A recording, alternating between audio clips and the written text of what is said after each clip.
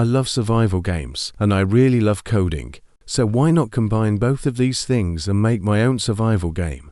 How far will I get with this game in the first 7 days? Stick around to find out. I already have quite some stuff here, since I didn't record from the start. This is the model of the basic pine tree. It has this red hitbox right now. This first tree breaking system I made was pretty unoptimized. I used one script in every single tree.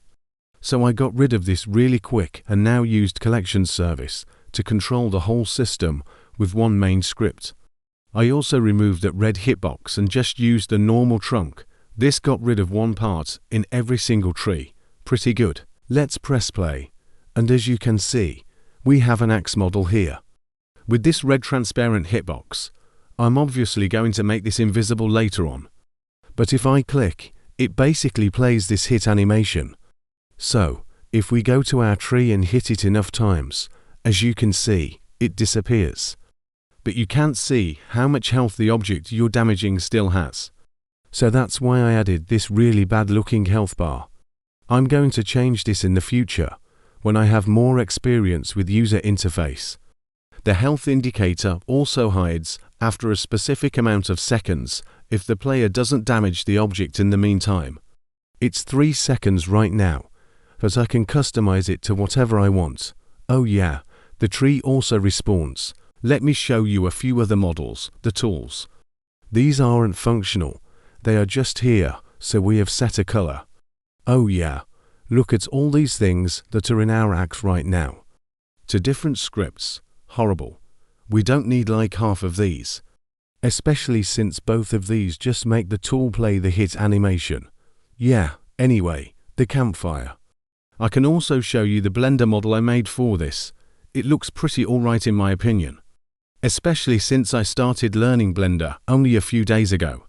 It has like 500 triangles though. Probably going to optimize this model in the future. We also have a little mushroom right here.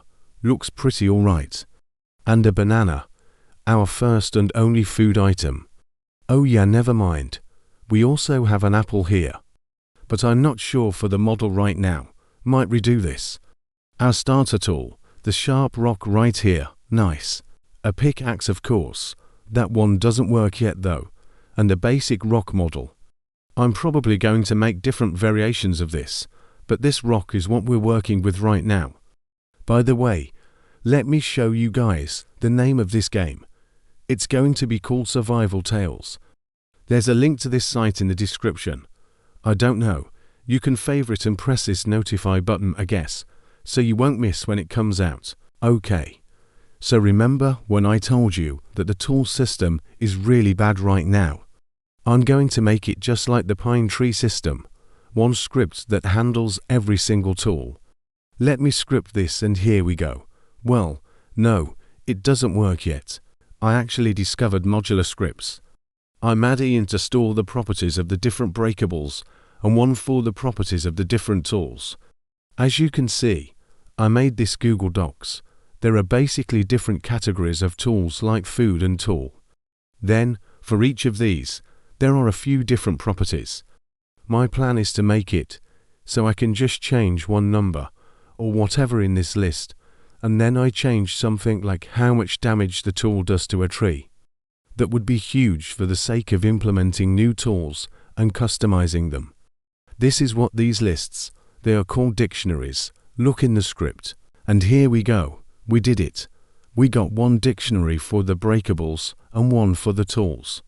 In the breakables one, we can say how much health the breakable should have at max, and if it's damaged by wood damage or stone damage. How that works is basically, each tool has a damage value for wood and one for stone, and each breakable gets damaged by one of these. So with this system, we can set this number to 100, and as you can see, the pine trees now have 100 health. Awesome. I then went to make a pickaxe animation and add the basic rock right here to the breakable dictionary. This works now too. Nice. I set it to do one wood and one stone damage. This is going to be the only tool you have when you start playing. Oh yeah, so since we got that one script that handles every breakable. We can just copy and paste the pine tree to a little forest and every one of them works now.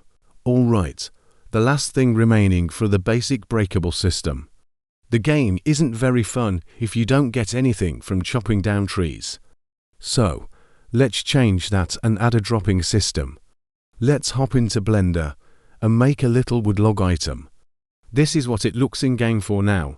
I'm going to add textures or something in the future, I guess. So, how I'm going to handle this is, I make a folder with all items in replicated storage. Then, I clone the item from there and put it to the position of the tree.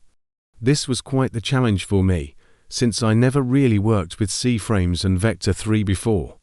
These are basically the things you need to set the position of models and stuff. And just like this, if we break this tree now, there are a few wood logs spawning. I made it so it waits 0.1 seconds between every log so you can see the individual ones. So, if we now go into our little forest over there, we can mine all of these. And we end up with this insanely huge pile of wood logs.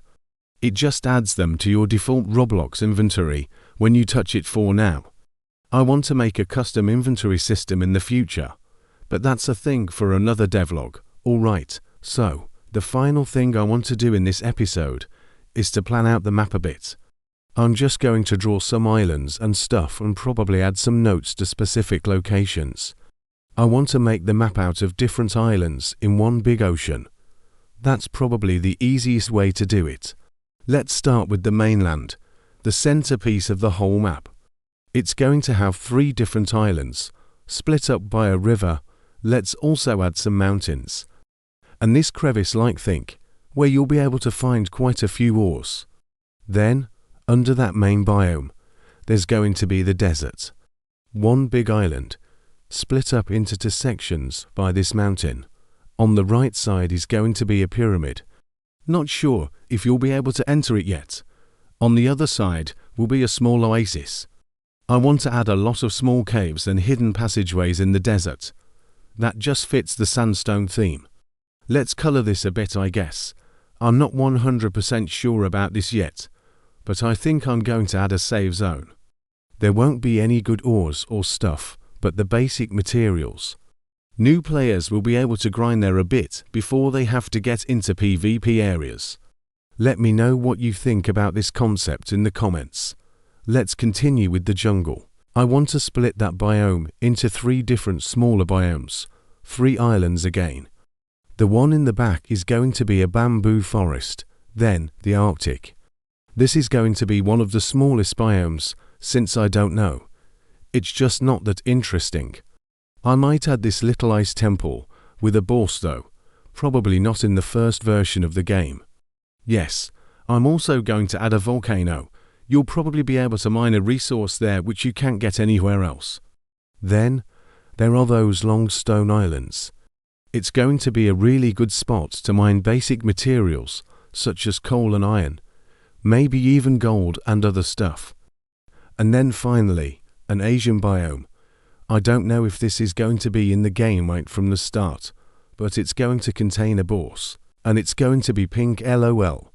On this mainland island, there's going to be a deep forest, and in the jungle will be a swamp biome too, and a normal jungle. So yeah, this is basically it. The map of survival tales. I'm probably going to change some stuff of this in the future, but this is the basic concept. Let me know what you think about it in the comments, as well as any other additions or biomes you'd like to be added. And just like this, we have a basic plan how our finished map will look like. We're also going to need small spawn islands.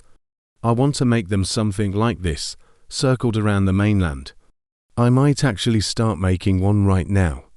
I have basically no experience with terrain, so this is going to be a challenge. First, let's duplicate our base plate and add a water texture. Yes, this is the one TSG uses, but it's from this texture pack from the toolbox. I then started forming some terrain. This took insanely long, anyway, and product is this. I also painted some grass on it and changed the material colors. Let's put 2 trees and 1 rock on it and done. This is our little spawn island. It looks pretty alright if I'm honest. By the way, if you have any suggestions, leave them in the comments. I'll take one of them and implement it in the next devlog. Keep it simple though, I can't add to complex stuff, since I'm not nearly done with all the required systems, so yeah, I'm really excited to where I can take this game. If you want to see another devlog, make sure to leave a like. Thank you so much for watching and bye. Subscribe.